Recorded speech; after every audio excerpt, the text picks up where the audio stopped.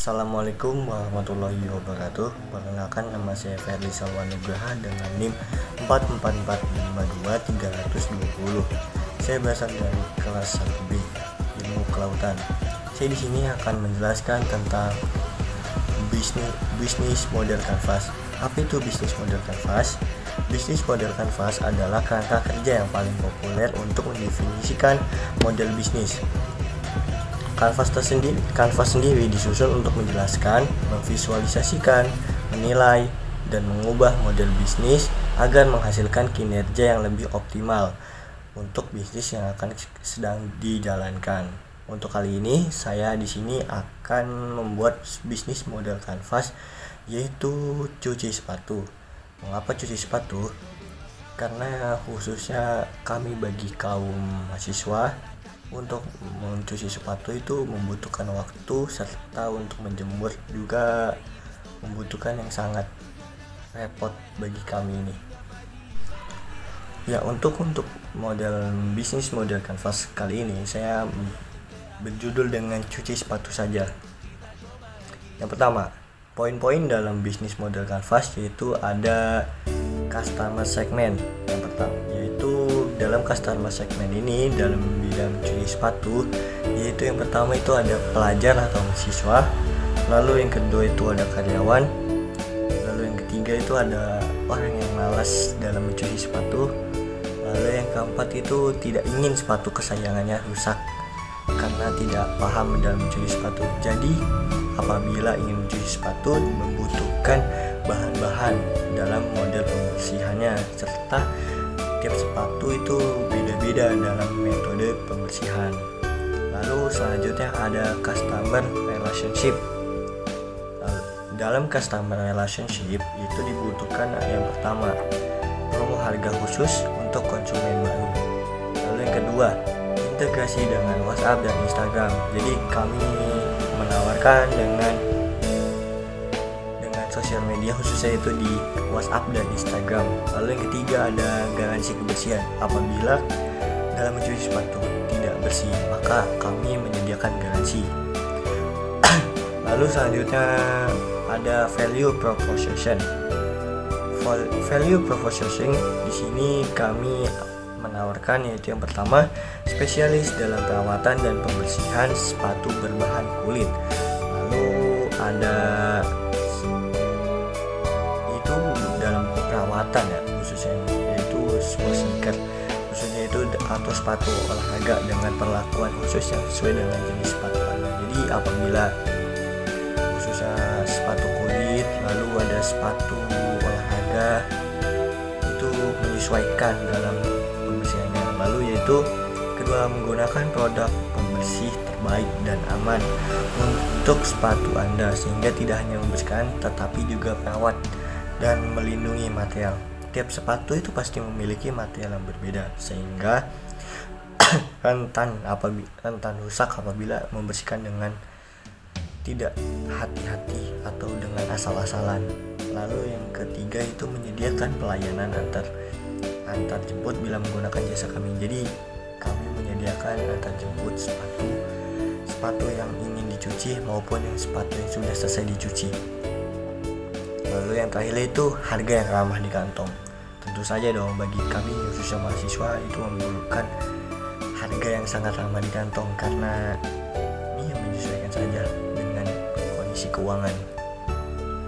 Lalu selanjutnya ada key activities. Dalam key activities ini yang pertama itu melayani customer dengan ramah. Lalu yang kedua melakukan full service. Yang ketiga ketepatan waktu dalam kesepakatan. Jadi apabila kami menjadikan waktu dalam membersihkan sepatu itu dalam 1 hari, maka 1 hari itu pun sudah siap. Lalu yang keempat itu ada mengidentifikasi sepatu dan bahan untuk menentukan metode pembersihan yang sesuai. Jadi apabila sepatunya itu yang biasanya akan ada yang sepatu biasa saja, lalu yang ada yang kedua sepatu yang ada rumit. Nah itu menyesuaikan dengan kondisi karena tiap sepatu berbeda-beda bahannya.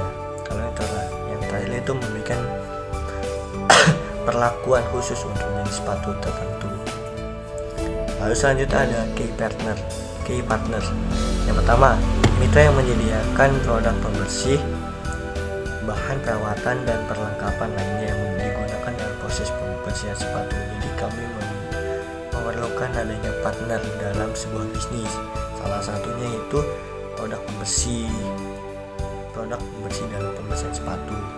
Lalu yang kedua ada kemitraan dengan pelanggan. Mengapa kemitraan dengan pelanggan? Karena tiap pelanggan itu pasti punya rekanan atau teman, sehingga bisnis itu akan berjalan lancar apabila saling dipromosikan dengan pelanggan itu tersebut. Lalu yang terakhir itu bergabung dengan komunitas ataupun yang sama-sama menggeluti di bidang tersebut. Selanjutnya dalam bisnis model Canva yaitu ada channel. Bisnis kami menggunakan yaitu media sosial sebagai bahan promosi. Lalu yang kedua yaitu ada brosur. Lalu yang ketiga ada sales person. Jadi salah satu kami mempunyai karyawan, maka itu bisa saja sebagai sales person. Selanjutnya yaitu ada key research. Yang pertama, kami membutuhkan outlet yang strategis. Lalu yang kedua itu transportasi. Lalu yang ketiga itu ada sabun pembersih sepatu, karena itu hal yang utama. Lalu yang keempat itu ada karyawan yang bertanggung jawab. Serta 5, terhubung dengan Google Maps, karena apabila outlet tidak terhubung dengan Google Maps, maka konsumen tidak akan mengetahui lokasi kami berada. Lalu selanjutnya ada revenue stream. Dalam revenue stream kali ini kami menawarkan paket keanggotaan bulanan atau tahunan sebagai akses layanan pembersihan sepatu dengan tarif tetap ataupun diskon. Jadi kami mengatakan kami menawarkan paket kepada konsumen sebagai harga yang spesial gitu. Lalu yang kedua itu membebankan biaya tambahan untuk layanan perbaikan kecil. Jadi kami menambahkan biaya tambahan apabila ada sepatu kerusakan yang di luar batas kemampuan kami, seperti sepatunya sebelum dibersihkan sepatu sangat rusak ataupun sulit untuk dibersihkan, kami meminta tambahan harga. Lalu yang selanjutnya itu ada kami menjual produk pembersih dan bahan perawatan sepatu langsung kepada pelanggan. Jadi kami menawarkan bahan pembersih juga kepada pelanggan. Lalu yang terakhir ada cost structure. Cost structure di sini yaitu yang pertama yaitu pembelian produk pembersih, bahan perawatan sepatu dan perlengkapan pembersih lainnya. Lalu yang kedua itu ada gaji karyawan. Lalu yang ketiga itu ada biaya material pemasaran seperti brosur, spanduk, iklan daring, karena promosi membutuhkan biaya seperti itu.